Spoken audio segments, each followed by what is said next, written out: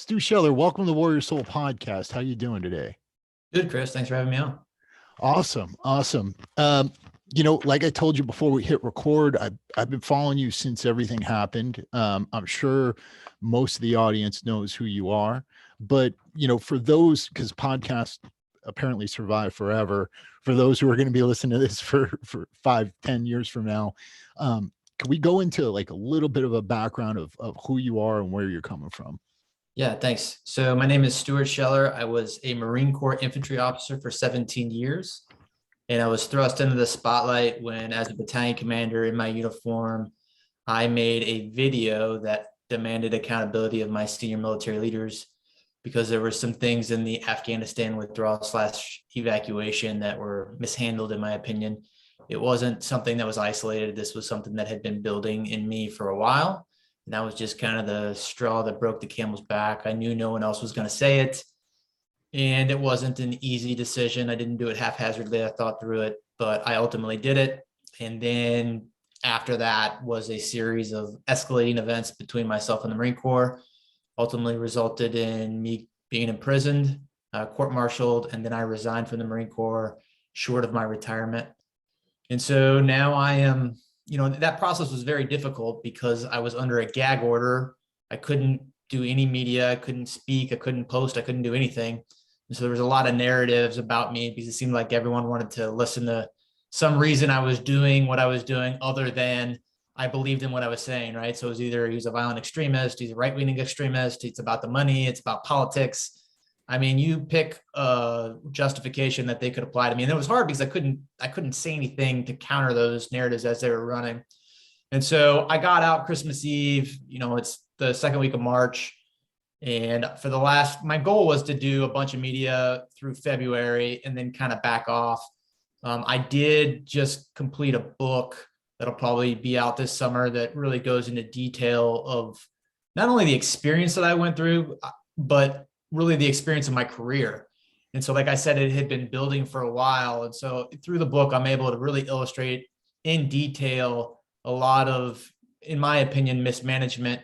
The military's focus should always be on warfighting, on winning wars. And since World War II, we've gotten away from that. And the singular focus on impressing a boss so that you can navigate your career has detracted from our ability to win wars. And we have people in senior positions that don't push back because they got promoted because they didn't push back, because they please their bosses. And so then when they get to the senior ranks, they don't have the internal fortitude or the ability to push back when things don't make sense. That's why we have incidents like Benghazi. That's why we have incidents like the Afghanistan evacuation. And we just don't hold these people accountable. So accountability isn't the answer to the complex problem of the promotion and retention system. That's a complex problem that I address more thoroughly in my book. But at a minimum, accountability causes a course correction and forces senior leaders to realize that in addition to navigating their career, they also have to be responsible for winning wars. And so right now, what I'm doing is just getting out there and talking to people and trying to let my voice be heard. I'm not hyper political. This was never political for me. I am a conservative, but I'd like to think that most of my messages are apolitical. Mm-hmm.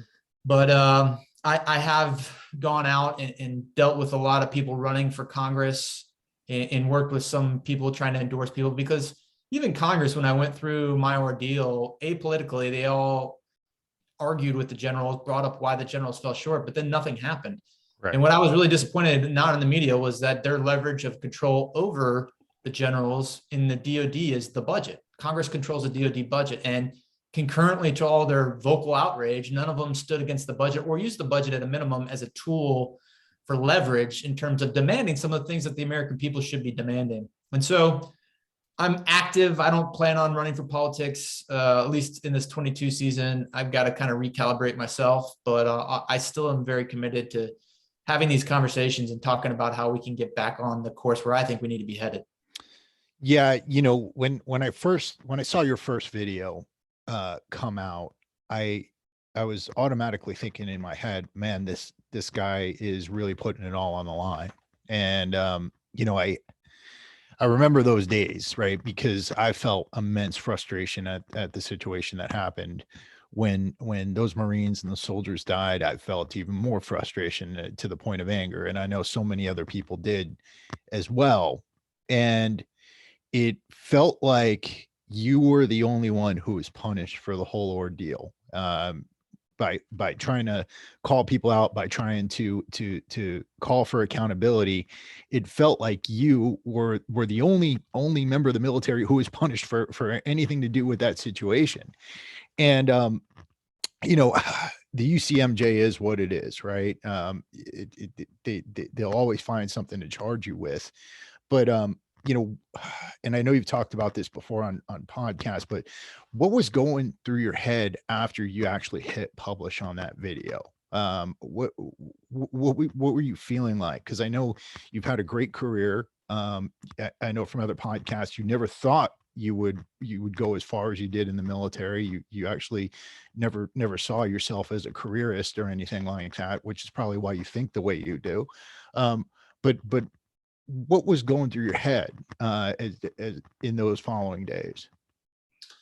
Yeah, like I said, I didn't come to the decision lightly, and I understood. I mean, I articulated in the video that I knew I was risking my job, my retirement, my family stability. So I obviously had thought through it. But again, this is just something that I've dedicated my whole life to. I was very personally invested. I mean, it was emotional. I tried to be rational with my arguments, but to say that I was divorced from emotion would be disingenuous. Like, I was very invested in it. And you get to a point where you just can't remain quiet anymore. A lot of the arguments were, he may have been right, but that's not the way you address it. That was even the Marine Corps' public response. And I, in my book, illustrate the processes that I went through after the fact that were all essentially denied. So there are processes, but when your complaint is an indictment on the very senior leaders of those processes, they just don't go very far. Right. And so, you know, I was in a no-win situation. I could have silently gone through the processes and gotten nowhere and had that conversation ended. And I still, even if I had silently gone through those processes, would have put an X on my back. You know, then I would have been a battalion commander that was complaining, that didn't believe in senior leaders. And my career ultimately would have been over. It just would have been much quieter. Right. I could go very public, start the conversation public, and still be fired, but have a voice be louder and resonate more. And so I chose to go public with it. Mm-hmm.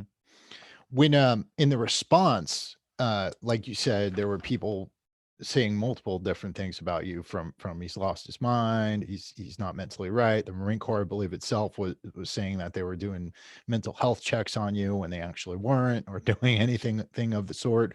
I've been on your LinkedIn page, and you know, I've noticed there's people out there trying to claim that you were sitting behind a desk the whole time you were in the Marine Corps and never went out, which I also know is not true. You know, that person is a senior advisor to the chairman of the Joint Chiefs of Staff. So that's not like a random person. Like, senior leaders in our government system are saying that. I mean, just factually incorrect things. Yeah, it's insane. And so, you know, I mean, to set the record straight, you know, you multiple deployments in combat, you know, performed exemplary. You know, you definitely have the record to show it. Where are you in terms of being able to, you know, take any kind of legal action against these people who've been, you know, spreading these types of things, you know? Yeah. So the one situation you described, I was upset because that person said that I had publicly gone after the general. They said that I didn't have combat experience, all these things that were factually untrue. Like, you can have an opinion and disagree with the methods with which I did it. You can have an opinion. No, that's what we want. We want healthy discourse. But when you say factually untrue things, that's where I draw the line.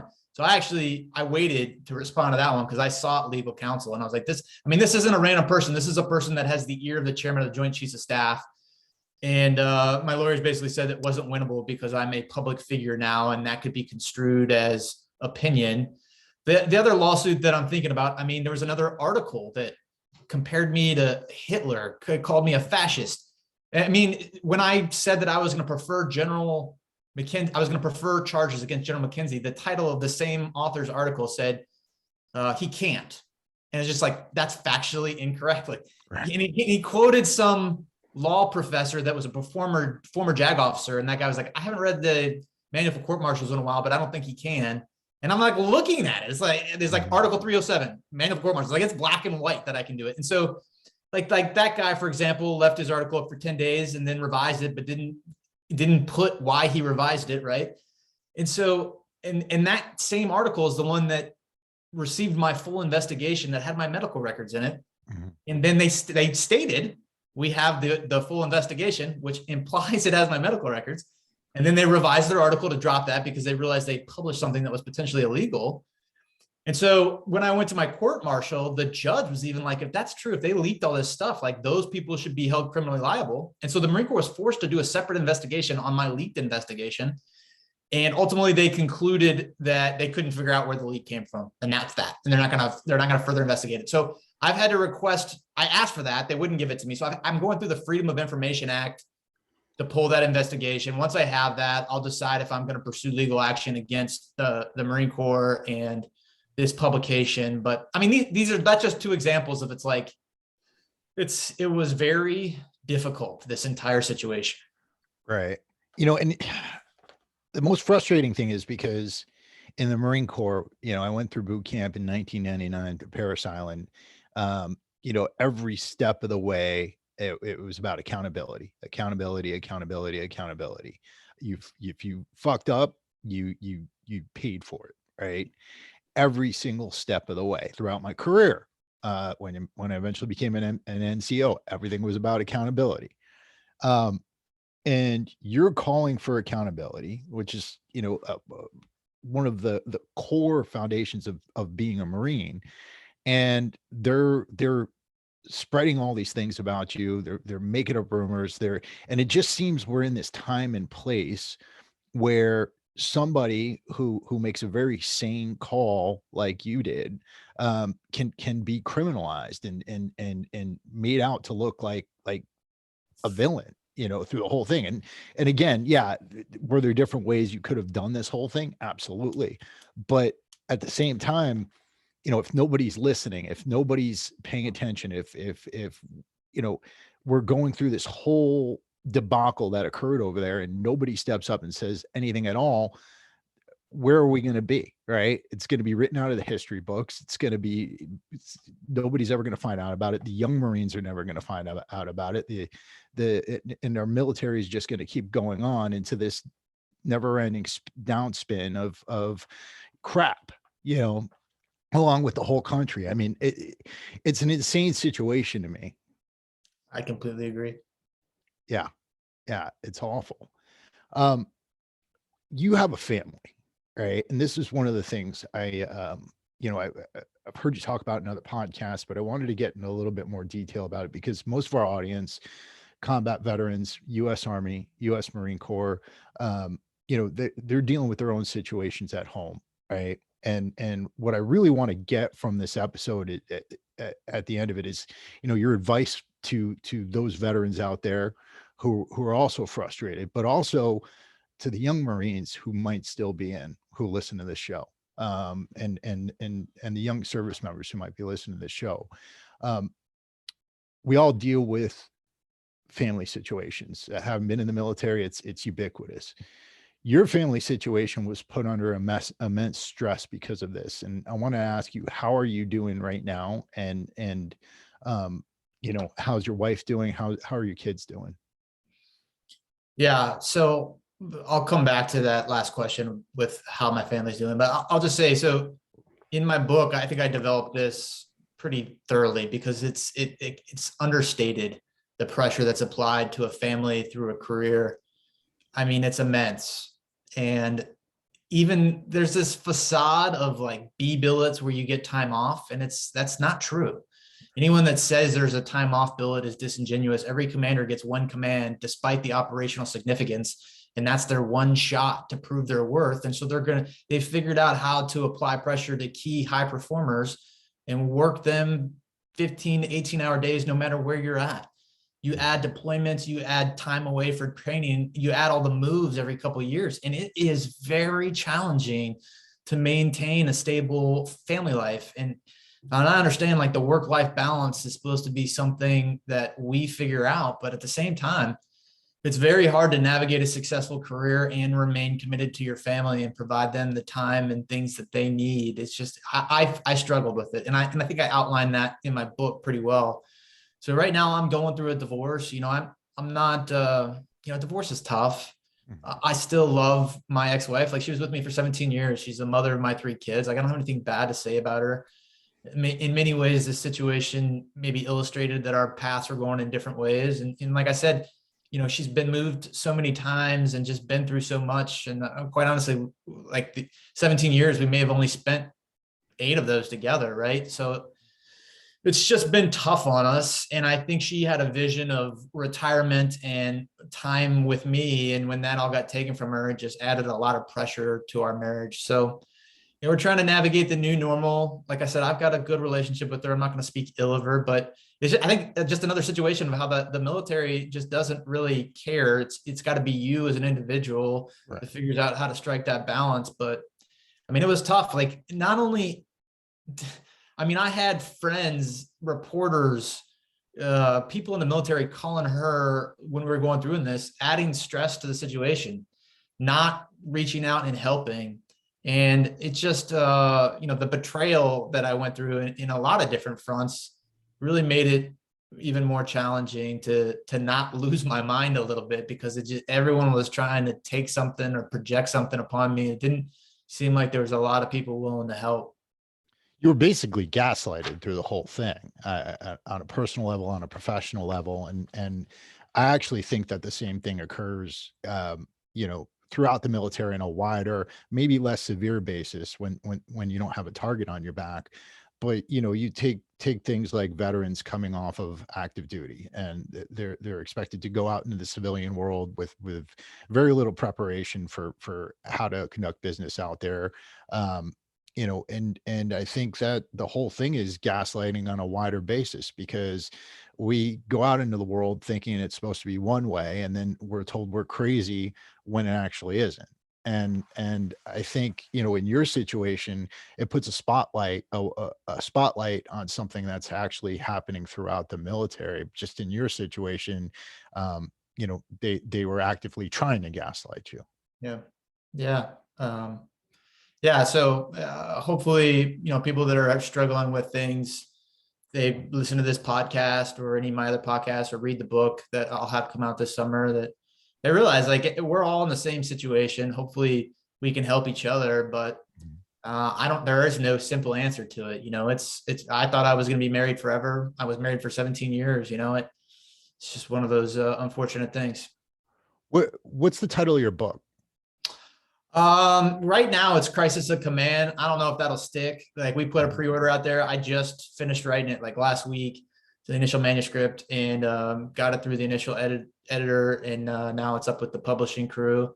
So I don't know, when they wrote the description, I didn't write the description, and theirs was more on the macro level. I wanted to tell my personal story and weave the trends that I saw through it. So that may evolve, but ultimately, it is my story from when I joined the Marine Corps up to the incident is about half the book, describing the macro trends that I see and the struggles with the families, and how we're kind of overworked, underappreciated, how we're not a warfighting focus, how there's other initiatives that have kind of detracted from that. And then I go into the other half of the book is really my ordeal, which kind of continues to illustrate the themes that I brought out in the first half of the book. Right. How long did it take you to write the whole thing? I actually wrote it in probably a month, but I had done a bunch of podcasts. I had wrote a lot of posts. I had already formulated a lot of what I wanted to say through different correspondence. So once I sat down, it flowed pretty easily. The hardest part of writing a book is just getting started, right? You sit down, you're like, well, once upon a time, but once I got into about like chapter 3, chapter 4, it started flying. And then, you just go back, refine, weave the themes throughout. So I'm pretty proud of it. That's awesome. And when are you expecting it to come out? Where can people go pre-order it right now?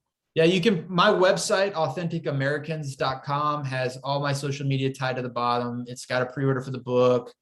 It's even got a merchandise store where we added a button for a signed copy of the book, but it's also on Amazon. You can go on Amazon and pre-order it, Crisis of Command. So either my website, AuthenticAmericans.com, or Amazon is where you can pre-order. Awesome. So let's talk a little bit about authentic Americans, because I know you've been very active. Like you said, you've been doing the podcast circuit and things like that, and you've created this kind of organization. What is authentic Americans, and what's your message? I ultimately think that the Republican and Democratic Party used to have like a definition of what that meant. And I feel like they've both kind of lost their way a little bit in terms of like, what is the ideals of your party? And it seems like you can find hypocrisy on both sides. Like they'll pick one issue and then a year later they'll be on the other side of the issue, just depending on how it reflects on the party. And so that's the central theme is like we need independent thinkers that cannot necessarily be beholden to just a party. You know, I started with like I'm a conservative, but that doesn't mean that all of my views align with the Republican Party. In fact, many of them don't. Right. And you know, I've been talking to Tulsi Gabbard a lot. We're connected, and she's a Democratic congresswoman, and she says the exact same thing. Like the Right. Democratic Party that I joined is not the Democratic Party anymore. We need more accountability. So it's like, you know, you have a guy that's a conservative and a girl that was a Democrat, and we're both military minded and both kind of see the problem the same way. And so I think there's a lot of people that feel that way. And so that was kind of the pull of the website was just, hey, we need honest discourse. You know, I just made a social media post last night about Ukraine and Russia, and it was an unpopular view. It was, hey, I think Zelensky could have done more to prepare. He's begging us to do more when I felt like he could have done more. And it was just like the same things. It was like, you're a Russian puppet, you're a wash up, you're a disgraced military officer. It's all these personal attacks. There, I don't care if you disagree with me, but you attack the argument with logic. And that's what I feel like we've gotten away with, specifically in the two-party system. It's like these personal attacks on the people without developing a logical argument and defending it. Like I appreciate opposing views. And that's what Authentic American says. Like you need them. It makes me smarter. When people disagree with me on my social media post and make these very insightful disagreements, that makes me a smarter person. That makes me better. I'm not so entrenched in my views that I can't change. Like I literally modified the post last night because I said Ukraine hadn't supported the wars in Iraq and Afghanistan. A lot of people hit me with facts, and I was like, all right, that's you made me smarter. Mm-hmm. I went back and updated the post. Like that, we have to have a healthy dialogue, but it becomes in our modern day just these personal attacks without logic. And I think social media is partly to blame for that. I think the two-party system and the media also have a hand in it. And so it's just getting back to the ideals of the founding fathers, where they didn't want political parties. They wanted a healthy discourse and people to be able to be educated enough to see through a lot of the half-truths. And so to me, that's what authentic Americans is. It's real Americans that maybe don't all agree, but can have healthy dialogue and think through the issues without just like divisive name calling. Right, right. And it's funny because, you know, I'm what you would call an ex-Democrat, right? Because I grew up in New England. People from New England typically vote Democrat, and you know, that was prior to, I want to say, like 2015, and around 2015, I started opening my eyes and kind of seeing, you know, the way the party, what I thought was the party of tolerance, what I thought was the party of logic, was becoming highly illogical and highly intolerant. And I just couldn't agree with anything anymore. And you know, they do things like, you know, things like calling Tulsi Gabbard a Russian puppet, or calling you a Yeah. Russian puppet, and I know, it's crazy. for a differing view. And I just can't understand that. And one of the things I'm noticing out there is, I think that the Republican Party has come around on a lot of issues. I don't think it's come around on everything. I think that there's definitely changes that need to be made, but I think that there's a lot of us out there who don't identify with either of them anymore, and we want to see something that works. We want to see common sense again, and I think that projects like this are outstanding, but at the same time, they're also often violently resisted. You know, there was just an event at Yale University, you know, it was supposed to be a bipartisan event that got shouted out, and everybody in there had to get escorted out with security. So it's becoming impossible to even speak your mind about these things anymore. You know, I think Brett Weinstein tried to create a bipartisan project on Twitter, and he got kicked off Twitter. I mean, it's insane. You know, are you facing any of that type of resistance? Well, obviously you are. People are calling you a Russian puppet, but like, have you seen a lot lot of that coming out? Yeah. So like when I got out, I focused on media shows. So we'll start with the media.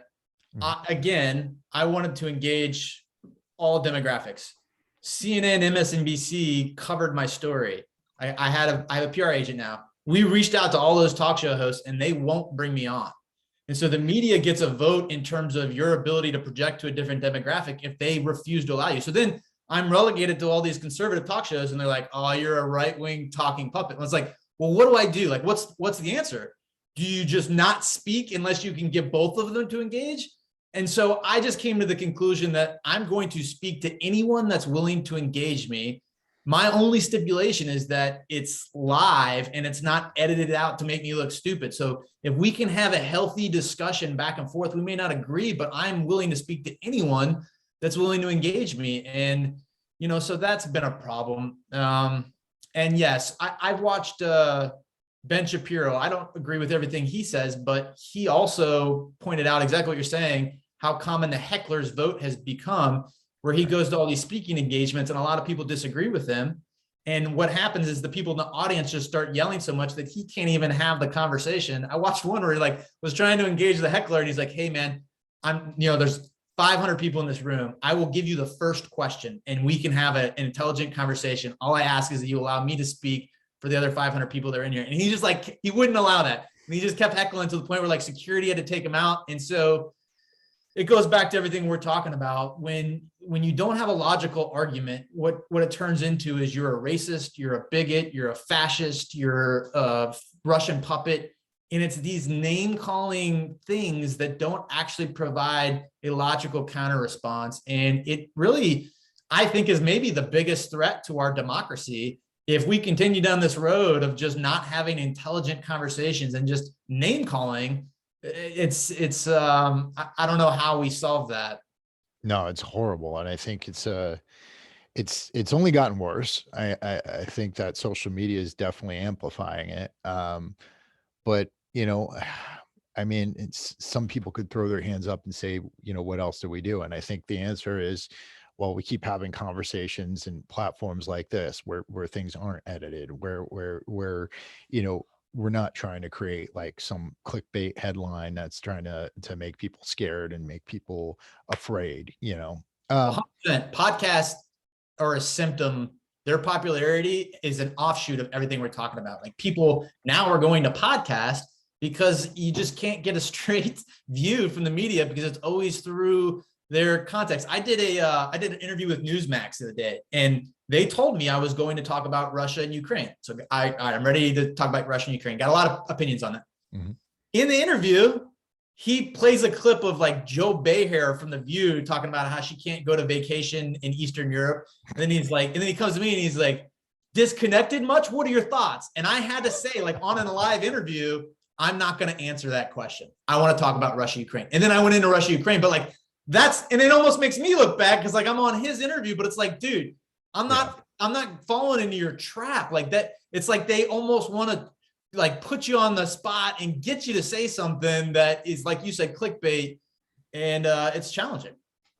Yeah, you know, and I remember back in 2000, probably 2001, 2002, after 9/11, we're going into the lead up to the Iraq war when it was a debate about whether or not we were going to do it. And, you know, you notice the language back then. We were eating freedom fries rather than French fries. We were talking about the axis of evil. We were dealing with all these things. And, you know, in my opinion, we got ourselves into a foolhardy, 10-year war in Iraq when we should have been focusing on other things. And, you know, I think that, I've been seeing the same thing. I saw the same type of language with coronavirus, right? The way they were describing the unvaccinated. I'm starting to see the same type of language with Russia and Ukraine and things like that. Do you notice these types of patterns and with things like Russia, with Ukraine? Do you think we're headed for another engagement over there? I hope not. You know, if they spills into Poland or Latvia or Romania, then I believe we will. Quite honestly, Biden led us to this with the Afghanistan evacuation. It was so mishandled. It created a domino of instability. But he didn't start the Russia invasion. Right. That was Putin. And quite honestly, Biden did a pretty good job of calling out what Putin was doing. Zelensky even said, stop saying it because you're hurting my economic markets. And that was kind of my post the other night. Like, Zelensky could have done more to prepare. I mean, if you go back to Crimea, that was 5 years ago. He's had 5 years to build tunnels like the Hezbollah did against the Israelis in 2006. Like, why don't we have those? Like, what have you been doing? Why are you so unprepared? So Biden hasn't completely mismanaged this portion of it. And another point would be the no-fly zone. To your point, would we get drawn into this? Biden has said, I'm not getting involved in the no-fly zone because that would be us fighting over the skies and could lead to quick escalation. And again, I agree with that. Right. And so, you know, like I said, I have independent thoughts. Like I just couldn't have been more disgusted with how he handled Afghanistan. I think it led to some of the events in Russia, but up to this point, like he's made some right decisions in terms of how to handle what is happening that is ultimately out of our control in a lot of ways. Yeah, I think, and right there on display right there, you're very open mind about these things, you know, because I sit here and like, I think I wear some very like skeptical glasses when it comes to our government and these types of things, you know, and that's me because, you know, I've seen us get drawn into wars before and it almost feels like in some ways war is just the common state of affairs for our country. Yeah, 100%. At least it has been for my whole adult life. Yeah. And I constantly feel like there's somebody out there trying to get us into a war somehow, you know? And so that's the way I think. And, you know, I think I definitely have those prejudices and particularly when looking at this president, you know, but you're right. He has done a good job of keeping us out of things so far. What else are you working on? Besides True Americans, besides everything, your book, what else do you have planned for yourself? Yeah, so did this media, did the book. I'll probably promote the book again in the summer when it comes out. I'm starting a veteran town hall. So our first one is in Jacksonville, Florida. The premise is veterans and first responders come in and they articulate their concerns, whether it be VA, whether it's accountability, and then we go advocate in DC. So I've been working with some political action committees and some lobbyists. Right now, we're trying to get the GI Bill amended so that people can use that money for businesses, for entrepreneurial endeavors, rather than just getting a college degree. You know, a 45-year-old that gets out doesn't necessarily want to go get a bachelor's, but they could definitely use that money for starting a business. And I think, you know, starting a business is something that we've gotten away from in our generation because everyone was told to just go get a degree and be a professional in an organization, where honestly, I think America's greatness comes from people going out and starting businesses.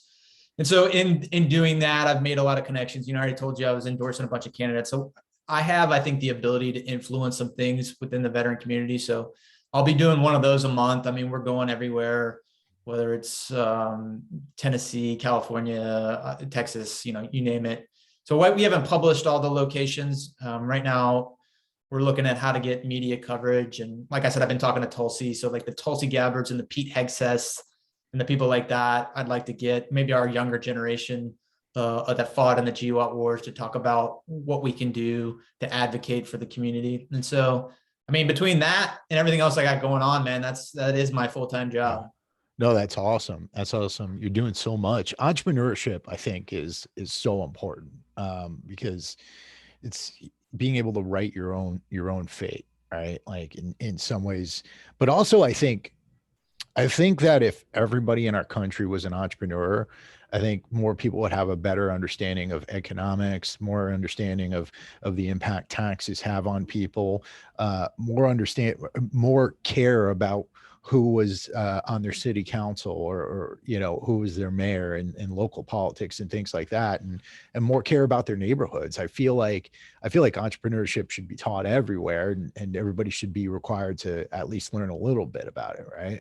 Yeah, 100%. If you go to my YouTube channel, you'll find an old video before this whole ordeal where I said just that. I mean, I've been advocating for active duty to be entrepreneurs for a while now. So I started a business while I was on active duty, and I got real involved with an organization called Bunker Labs that advocates for veterans that own businesses.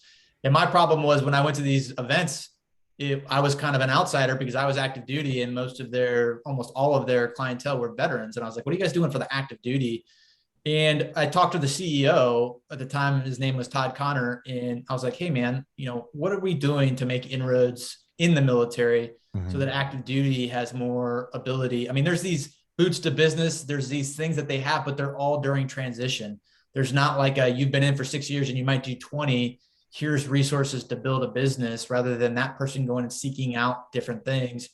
And his point was general officer's primary concern is warfighting capability, and anything other than that is a detractor. But my position was, yeah, that's true. But look at when I first came in, the college degree was seen the same way, right?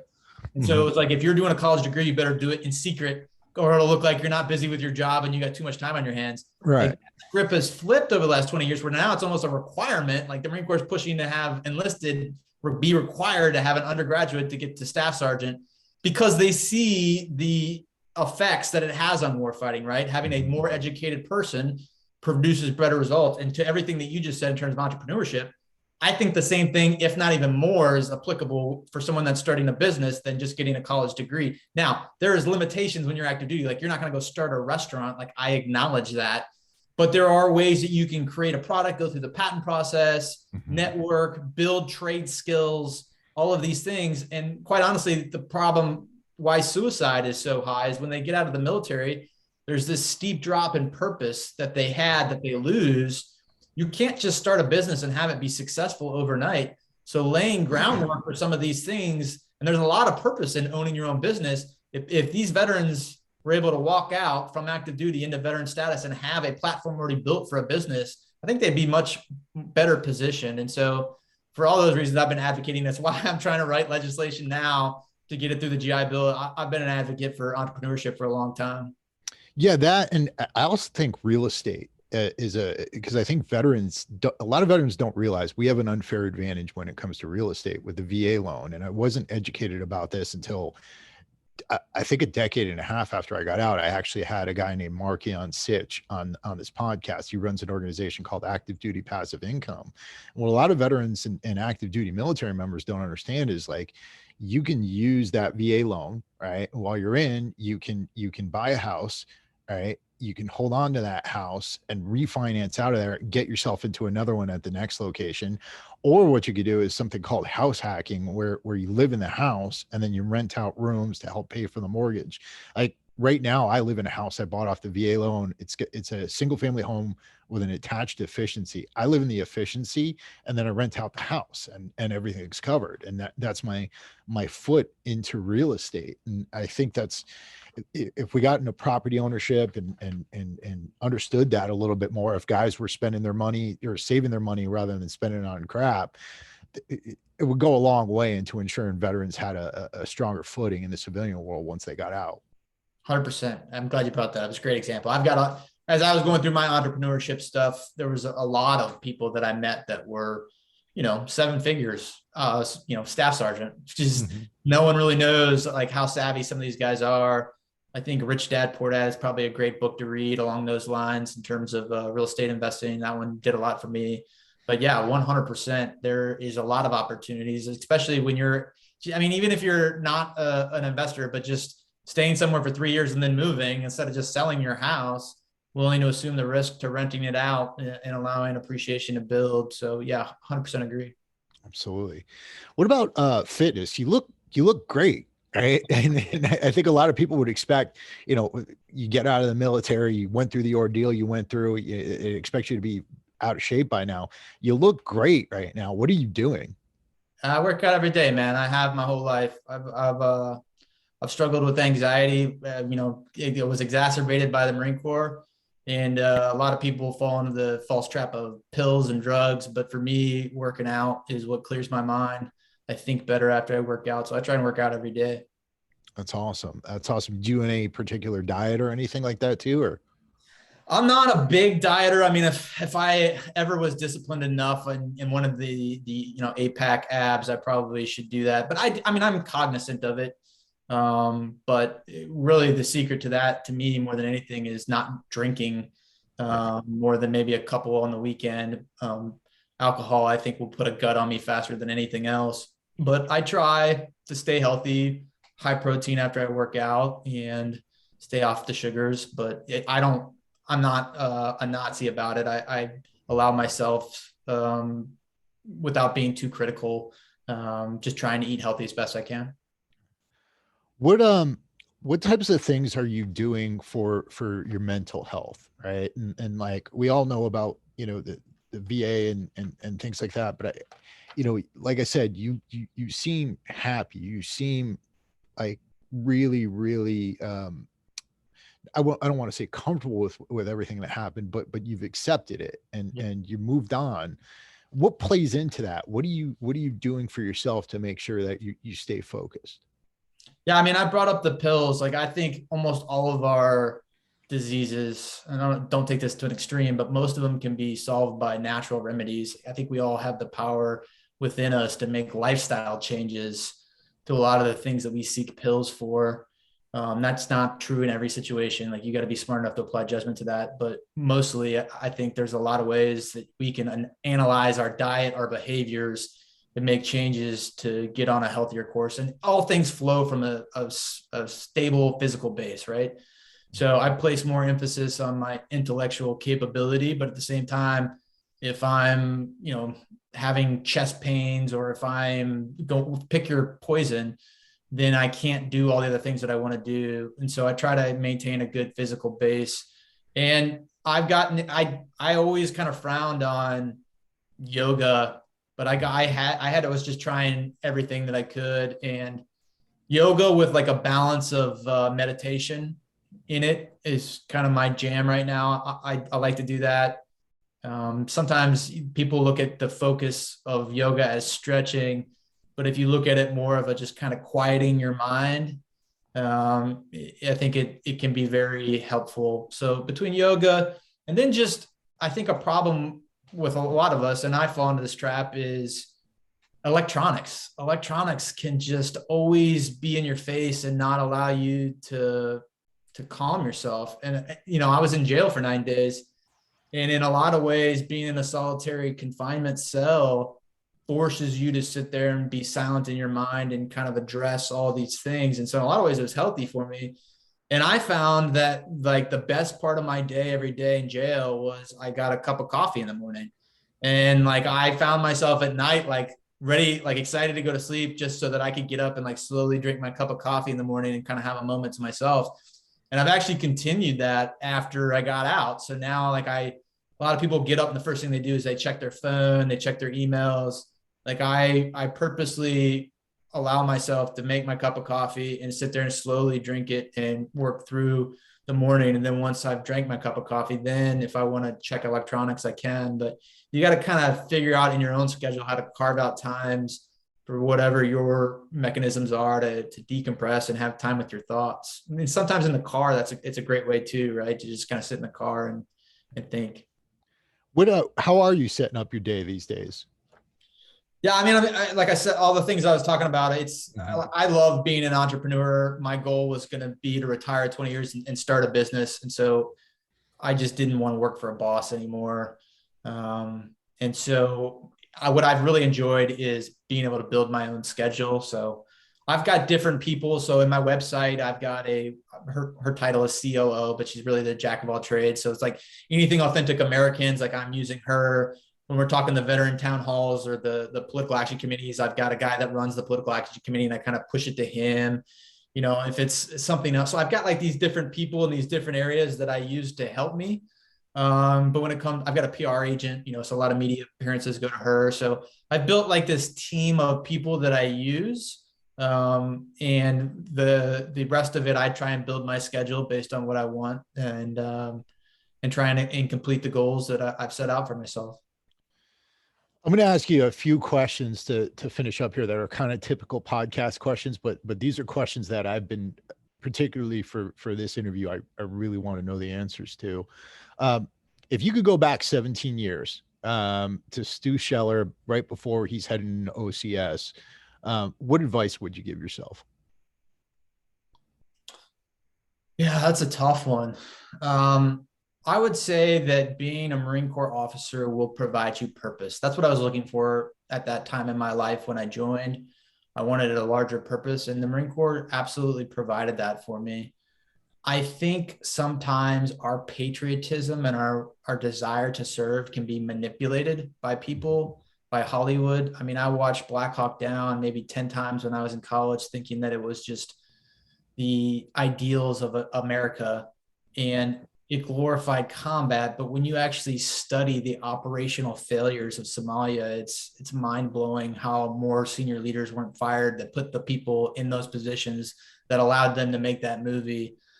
And so I just didn't have any perspective for that. Like you said, when we went to Iraq, I thought that was pro-America. I thought pushing our ideals on other people was the right thing. And a lot of the arguments people have used against me were like, why now? You've served in 17 years and done all these things. Why are you just speaking out now? And the answer is I've evolved as a person. I have educated myself. I have experiences. I have read things that have brought me to a different understanding of the world. And quite honestly, that whole argument seems weird to me, because it seems, if that's your argument, it's like, we don't want any general officers to ever admit fault because they have been part of the system for the last 30, 40 years. Therefore, they can't now speak out. The logic doesn't make sense to me. And so, going back to my original self, there was just a lot I didn't understand about the world, about foreign policy. But I don't know if 23-year-old me really needed to be concerned about that. 23-year-olds, 18 to 23-year-olds should join just to serve a higher purpose. And there should be trust in the system that the senior leaders are making the right decisions to put them in those positions of conflict only if absolutely necessary, only if it increases the sources of national power. And I think I just got a little disenfranchised along the way when I realized that all my selfless sacrifices weren't necessarily towards the greater good of making America stronger. The next question goes the opposite direction. 5-10 years from now, what's Stu Scheller doing? What does life look like for him? That one's tougher for me to answer. Yeah. A lot of people came to me and wanted me to run for politics in 22, and I thought about it actually. But then I came back and told them no. And, I'm still thinking about it for 24. And if you'd have talked to me a month ago, I'd have said, I'm absolutely going to run at 24. But now it's like, even the longer the time goes, the more I'm like, I don't know if that's my purpose. I'm maybe too honest to be a politician. But then again, that's what I want in my politicians is authenticity, honesty. I don't see anyone else providing it. But I made that second video on a tree farm I have with school buses. Like, part of me wants to just go out to the farm and grow vegetables and be a recluse and just write books and read. And so I think I need to figure out what I want. Ultimately, I want to make a difference in the world. My whole life has been that as my guiding principle. Like, I want to leave a better world to my sons. And I don't know if I could do that just working on the farm. But does that mean I jump into politics? I don't know. Maybe working through these political action committees and advocating for legislation and doing better in town halls and writing books, I have more of an impact, So I just need to kind of evaluate is where do I have influence? What makes me happy? What's good for my family? And make decisions. But right now, my future's uncertain. It's hard. It's always hard to think about that, especially at somebody at such a crossroads like you are right now. And I think a lot of guys at home are experiencing that right now. I think it helps to hear from someone like you who's been through so much to hear that kind of perspective on being okay with not knowing, right? And kind of accepting that. Couple more things. So who are your heroes? Like, do you have any heroes out there that living or dead that you refer to? Yeah, I think, that's a great question. First of all, Abraham Lincoln. I mean, that guy fired more generals in the Civil War. He wanted it to be a limited war, and he came to the conclusion that it had to be all out war for him to win. It was the most important thing was winning. And was just firing. He assumed that the general officers knew what they were doing, and he found through trial and error that they didn't. Right. And he had the internal fortitude, not having any military experience, to just continually fire people until he got to Grant, who quite honestly wasn't a great tactician, but Grant's strength was not quitting and maintaining the engagement with Lee. And so I was always impressed with Abraham Lincoln when he announced that he was going to free all the slaves based on the Union's victory. When I read some journals and books about him, his wife adamantly opposed that. I mean, I relate to that very strongly, right? Like, imagine being in a house where your wife is like, don't do that, and you doing something at the risk of your marriage. I mean, it was a different time, and divorce wasn't as common then. But he did something that was completely counter to what his wife wanted. I mean, just a guy with great internal fortitude, and I respected him a lot. Another one is Martin Luther King Jr. I mean, that guy talks about, not discriminating based on color and talking about equality of people. And I feel like his message has almost gotten lost. And it's almost this equal opportunity where racism is prevalent under his name. And when you go back and read actually what he wrote and what he said, I feel like his message has gotten lost. And he was just a very prophetic speaker, deep thinker. He was very strategic too. So he did things understanding public opinion and how to do things to create the greatest impact. So, I don't know if he played chess or not, but he strikes me as a chess player, and his message was a solid message. And so, I could keep going. I mean, a president that not a lot of people remember is President Truman. President Truman fought in Belleau Wood in World War I. And then in World War II, in Korea, General MacArthur, this legendary general that we just don't build generals like anymore, he single-handedly convinced the Navy to land at Incheon. We didn't have combatant commanders back then. So this is a guy that's basically like convinces everybody, convinces the president. There wasn't a SecDef really back then. They were just creating it, Department of War. And he convinces this very aggressive naval landing, achieves operational surprise. But then MacArthur assumed he was going to continue going north and use tactical nukes against the Chinese. And Truman, after MacArthur had done all these brilliant things, had the ability to say, no, you're not going to do that. And then ended up, firing him in the end. And it just, the way that system worked between the president and a very intelligent general is lost in a lot of ways. And so I respected Truman a lot for his ability to kind of take a stand. And so there's 3 examples. Yeah, those are great examples. I love the Lincoln one, not only because, of the story there where he brought the Union back together, but you're right. His wife was a very difficult woman. I mean, at one point, I think she tried to spend government funds on completely refurbishing the White House, and he figured it out. He didn't have much money. He was actually a very poor president, but used his own money to pay the government back and things like that. And then, of course, Martin Luther King and his message, it's just, absolutely amazing and absolutely aspirational, something we should all aspire to. But Truman, that in MacArthur, had MacArthur gotten his way and had Truman not made that stand, it would have set, I think, a precedent for us to eventually be a military dictatorship. 100%. And we would have set the precedent for nuclear war in other places post World War II. I mean, that historical example is lost in a lot of ways, but I mean, very significant event. Yeah, huge. Well, Stu, man, I got to acknowledge you, man, because you took your stand, right? And one of the things I try to do with this show, particularly with the individuals I bring on, is I like to get these stories out. I like to show our audience the human being. I brought on Eddie Gallagher as well. I've had him on twice, and just because I know the man, I know what the media said about him, and it was 100% off. The stories they created around him, and the same with you. To go through something like you've gone through, and to not get so discouraged that you just throw your hands up and give up. I think that's absolutely amazing. You paid a hefty price for it. And in a lot of ways, I'm embarrassed for my country because of the price you've had to pay for this whole thing. But I really do appreciate you. And I know that so many audience members out there appreciate what you've done. Can you tell the audience where to catch up with you on social media? I know you, you mentioned your websites before, but let's mention those one more time so people can get over there and link up with you. I appreciate it. So AuthenticAmericans.com. At the bottom, you'll find all my social medias. Almost all of them are at Stuart Scheller. But yeah, I'm on Facebook, LinkedIn, Twitter, Instagram, Getter. So I'm on YouTube, most of the platforms. So, but there are some fake accounts out there that we've gotten rid of most of them.